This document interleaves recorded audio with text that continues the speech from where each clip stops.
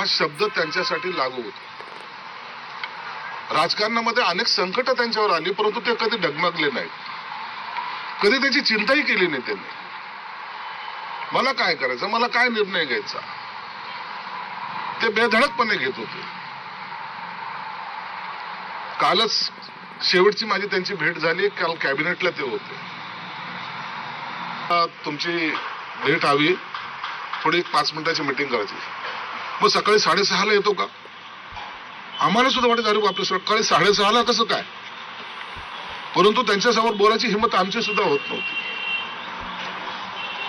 आणि जेव्हा दुसऱ्या दिवशी 6:30ला सकाळी जायचं, तर त्याच्या पहिले 6 वाजेपासून त्यांचे पीएचे फोन खणखणायला लागायचे. दादा वाट पाहत होता, 6:30ला यायचं. म्हणजे वेळेचं महत्व या दादानी ओळखलेलं होतं. 6:30 म्हणजे 6:30, 6:31ही नाही. दादा तुम्हाला भेटणार म्हणजे भेटणार. हा एवढा कडक शिस्तीचा कार्यकर्ता, नेता, परंतु मनाने तेवढाच हळवा. जेव्हा त्यांच्यावर संकट आली ना, त्या टायमाला त्यांनी त्यांच्या संकटामध्ये इतराला सामावून नाही घेतलं. त्या संकटाचा सामना स्वतः दादांनी केला, एकट्याने केला. अनेक वेळाला त्यांच्यावर आरोप प्रत्यारोप झाले, अनेक वेळाला त्यांना कोंडीत पकडण्याचा प्रयत्न केला, परंतु तो दादा माणूस होता. त्या दादाने त्याची पर्वा नाही केली. म्हणून आज हा नेता आपल्यात नाहीये हे आताही मनाला पटत नाहीये. दादांची ती छवी, दादांचं ते भाषण, दादांचं ते बोलणं, दादांचं ते चालणं, दादांचं कार्यकर्त्याबरोबर वागणं, दादांचं आमच्या बरोबर असलेली जवळकी, प्रत्येकाबरोबर असलेले संबंध, प्रत्येक पक्षाच्या, एकाच पक्षाचे नाही. बाकी दादाचं काल कॅबिनेट मधलं अस्तित्व,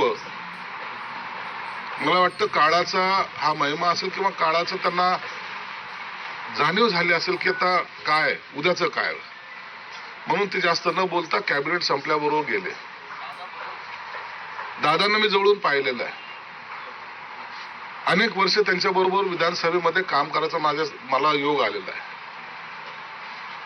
दादा विधानसभेमध्ये सुद्धा एखाद्याला काम की सरकार थी, उनके साथ काम करने का मौका मिला.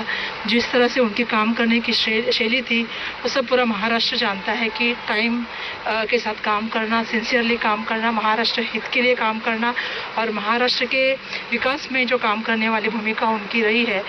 मुझे आज लगता है कि पूरा महाराष्ट्र दुखी होगा कि जिस तरह से हमारे सहकारी रह के उन्होंने काम किया है, एक पार्टी को बढ़ाने का उन्होंने काम किया है. आज मैं अपनी तरफ से, अपनी पार्टी की तरफ से उनके लिए शोक भावना व्यक्त करती हूँ.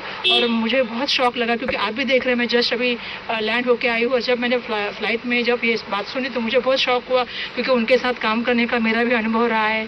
पिछले लगभग 20 साल हम लोग असेंबली में साथ में काम कर रहे थे, और मुझे पता है कि अजित दादा का स्वभाव कैसे, हमारे दादा के साथ हमारे अलग रिश्ते थे, फैमिली के भी रिश्ते थे. तो कहीं ना कहीं दुख का माहौल है आज.